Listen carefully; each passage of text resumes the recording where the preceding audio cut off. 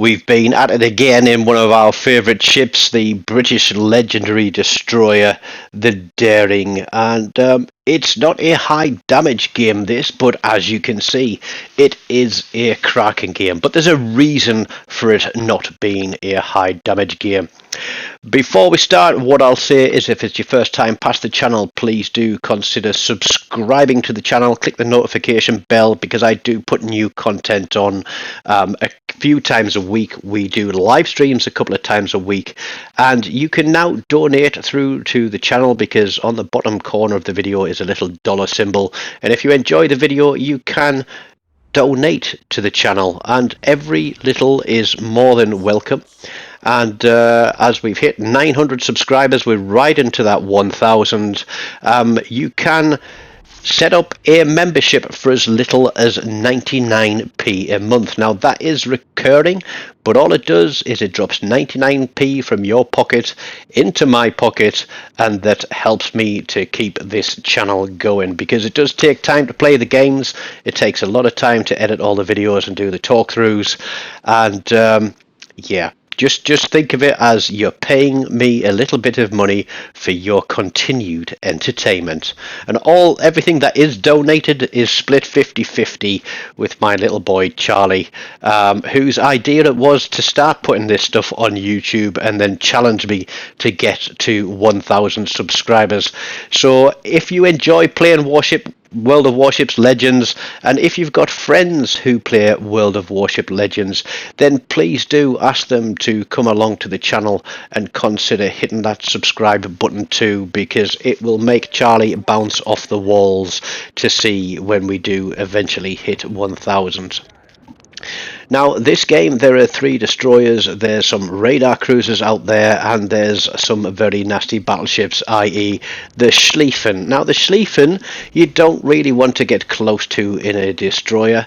Destroyer wise, there's a Shimakaze, there's a ZF6, and there's a Sumner. So you've got 2 potential gunboats. That ZF6 is very rapid. It only has relatively short range torpedoes, but it's nasty when it gets its main battery reload booster going. The Shima is obviously a torpedo maniac, so we don't want to run into his wall of skill, but the Sumner as well is a very, very nasty gunboat, and it's what I do enjoy playing. Now on this I have got the main battery reload booster, and not the main battery reload booster, but I have the legendary mod for main battery. Now my gun sights screw me up a little bit there, so I don't get as many shots on that Shimakaze as I like, but we do get a few on. We had the ZF6 spotted. He knows that he doesn't want to go against the Daring. I'm running my sonar to try and keep him spotted as long as possible. Now I do have a bit of cover here, but I don't want to leave that Shima out there in the middle of the map and give him an opportunity to get his torpedoes reloaded, but at the same time I'm very, very wary of where that ZF6 is, and I think that he might have burned a main battery reload booster. I know that I'm going to be in secondary range for the Schlieffen, but there's smoke on the cap. I've got my short smoke available, my sonar is running, so we are going to try and get on this Shima because he's put himself in a difficult place to get out of. So here we go. This is why this is called the Daring, because you do have to be very daring to play it aggressively. As far as my build goes, I'm running Tyrewit at 16.4 with Bay at 16.4 and then Sims at 16.3 to give me some extra hit points. It's a pretty standard build for the majority of my destroyers, but here we go. We know the Shima is there in his smoke, and the fact that we're not located, well, we are located now, so we are the closest to him. He's on sonar, and I'm kind of expecting everybody to pop a shot off at him, but the majority of our ships are hanging back there on the map. But here we go. We pop the Shima, we run our smoke, we drop detection, and look, we've got the Sumner and the ZF6 out there together. The other destroyer has pushed in with me but has got himself spotted, so we can see that the Sumner is gunning from his smoke. They're obviously blind firing his smoke screen. I'm going to put a set of torps out there, and now I am going to get the heck out of here, because if there's one thing that I do know, it's not to be a dope in a smoke, and it's a very rare occasion that I will hang about in a smoke screen. I generally use them for my gunboats if I know that I'm safe from torpedoes. But if there's the chance there's a lot of torpedoes coming through there, then I'm not going to hang around. And unfortunately, this guy is not going to learn the same thing. So perhaps he could watch some of my videos, because he is going to get torpedoed by the Sumner rather than gunned down by him. But that Sumner is going to be hanging around out there. He's going to be very evasive. So we know that both the ZF6 and the Sumner are out here. Sorry, not a ZF6, Kleber. There's the Kleber. We got to go guns on him. I'm not sure if he takes a torpedo hit here. He doesn't. But we get him with a fire on our guns, and we pop that short smoke again. We drop it and we come away, because the Schlieffen is still out there, and all the team did focus him quite early on. They've kind of let him pull back out of range, and they're not prepared to push in. There's a radar cruiser spotted across there on the flank. You know, he can be shot at as well. Get rid of the radar. It helps your destroyers to survive, because your destroyers are key in taking out those big ships without you having to sacrifice all your hit points. And sadly, here we go. We've got this passive play going on again, which a lot of people have talked about in videos and on streams, where the team just kind of want to hang back and trade blows. I'm running in against an Alaska here, and I know that he's got radar, so I'm going to play very cautious. I know that he's spotted by other members of the team, and I'm going to put a set of torpedoes out there just in case.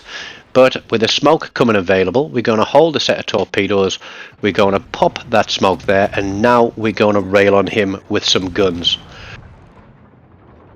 Now, the team have focused him pretty well, you know, but the fact that he got all the way around the flank, you know, begs the question of where their attention was earlier on. But that destroyer that came back in from the left flank and died could potentially have contributed to the Alaska's demise, but it wasn't to be. Instead, he became a dope and a smoke and has left the game early. So we are 2 destroyers to their 1. We know it's a Sumner, we know it's a gunboat, and he's over there hidden against the side of the island. He's got the majority of his hit points left. I've still got the majority of mine left, and we want to try and preserve those, because they're going to be absolutely necessary a little bit later in the game. Now, with these destroyers pushing in, the Sumner backing up, I'm just wondering if he's going to continue backing up and try to come through the center. Our Shimikaze is there playing the middle of the map, and now, because there is 1 radar cruiser left in the game, I'm going to push across and try and get that guy spotted as well, because I want the ships off the map that are the biggest risks to me. But to have that happen, we've got to get them spotted. But on the way across there, we fire our guns a little bit early there before the smoke screen has covered us, but we get a fire on the Schlieffen and everything else disappears. And I'm thinking, well, where did the Shima go to? Never mind, there's the Alsace. Let's put some shots onto him as well. Now, since this update has come up, there's been some really weird stuff going on the gun side. Like, it hasn't been zooming to the maximum level when you look at target. He disappears. There's the Alaska. He's coming within 9Ks, so I'm expecting radar, and there it is. We are on radar. We're going to put a set of torps out there for him, thinking he's going to come running forwards, but we are located. There's no point in hiding, so for the next 24 seconds until our smoke screen becomes available, we are going to keep gunning on this guy. We are going to have his attention, but the team are now going to focus him. So this was good to see, that the team were ready for those targets being spotted, and I certainly don't mind taking a hit from that Alaska. But the guns are still going, and we're going to finish this with pretty much 250 gun hits. But we get a fire there, and we get our 3rd kill of the game, only on 27,000 damage. But that is 2 destroyers and 1 radar cruiser, and I'd like to say an assist on the other radar cruiser as well. So we're cutting about this map. We are spotting, we are applying the force that we are able to from this ship in the best way possible. Now, that couldn't be done without the support of the team, and it's nice to see that the team are focusing targets in this game. We do have a cruiser there who's kind of being tucked in alongside that island for a long time, and I don't think he's going to be there for very long, to be honest, because he's got 2 battleships pushing around with him, and we've got a Yamato pushing in straight ahead of us, and I think, okay, well, he's got a fire ticking. If he damage controls that, then we can get within range where we can put some fire on him as well. So again, covering the centre of the map. We haven't got torpedoes available yet. He is in gun range, but I think that's a set of torpedoes from the Shimakaze, and yeah, he's going to tick out. We're not even going to bother firing our guns at him, so we let somebody else have the kill. But we were prepared if those missed and he damage controlled to put the fire on him to take him off the map. It's 5 ships plays 3. The game is not yet over. There is still a destroyer out there. We still got 2 full health battleships who obviously decided that trying to stand in the center of the map and bludgeon it out with blue team was not the way to do it. So they've tried to push round a flank. So I'm kind of trying to figure out what they're going to do, and I'm thinking they're going to push between those 2 islands and then hang tight. Now we can see that the other ship is looking at pushing forwards, but thinking that they're going to hang tight in the middle of the map there, that's where I put all of my torpedoes, and boy do I think that I'm in for a bit of a jackpot here. But we've got 11 seconds before our smoke comes back to us, so in the meantime we're going to kite. We're going to try to get them to think that, oh crap, there's a destroyer there, slam on the brakes, but they're not. They're actually gunning their engines to get out of there. So given that they're more interested in the big ships than me, I'm not going to use a smoke screen. I've got 1 left, and we're going to continue to lay fire onto these guys, keeping an eye on where their turrets are pointing and who they're looking at, because if they look at me, I can hit the brakes, drop that smoke and cover myself. But the Alsace is ticking. He's got fires. We're wailing these guns onto him. That is kill number 4. So is Montana going to be kill number 5? I don't know, but he hits the wreck of the Alsace, and it takes me a little while to get my range on this guy because he is right on the limit of range. So I am now going to close in to him. Now, as I said, I'm running a reload reduction epic mod on this, so for every 30,000 damage I do, I'm reducing that reload by 2%, which isn't a lot. It already fires quite quickly, but if you can land a salvo of torpedoes on a couple of battleships and get that up to 60 or even 90,000 damage, then you're running at a 6% reduction, and you can really start to throw the shells out there. You'll also notice that I've hit my sonar because I am going to drop this smoke screen, and I know that there is still a summoner out there, and he has torpedoes like I do. So we put a salvo out there towards the Montana, but I think he's actually wise to this one because he is going to start turning in, and the Shima has got a full wall of skill heading to her, and I'm thinking, I need this for a Kraken. Can I get a fire on him that might tick and give it to me? Can we land the last shot? No, we can't. It goes to someone else. It's at this point that I'm looking around and I can see that we've got a battleship, so I'm thinking 30-second reload. The Shima isn't a gunboat and is quite far away and has fired as torpedoes, so I am going to go guts or glory, and I know it's a summoner out there.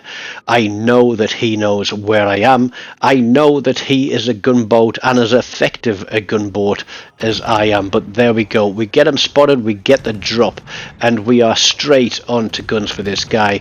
We take his engine out. We're going to start twisting and turning, looking at the direction changes that he's making, and we are going to counter them and try and keep getting in between his shots with those turns. But you've seen me play gunboats before, and I get very good at dropping these shots at distance. I think he turns to try and get all guns onto me, but I'm still twisting and turning. We've knocked his engine out again. He's on fire, double fired, and that is Kraken number 138 for the legendary tier daring. And it is only a Kraken, but I think we played our position on that map very well. We weren't scared to get involved. We weren't scared to use those guns. And I think we potentially earned that top spot quite well. The Shima did a good job taking 2 ships out of the game. The Burgoyne took 1.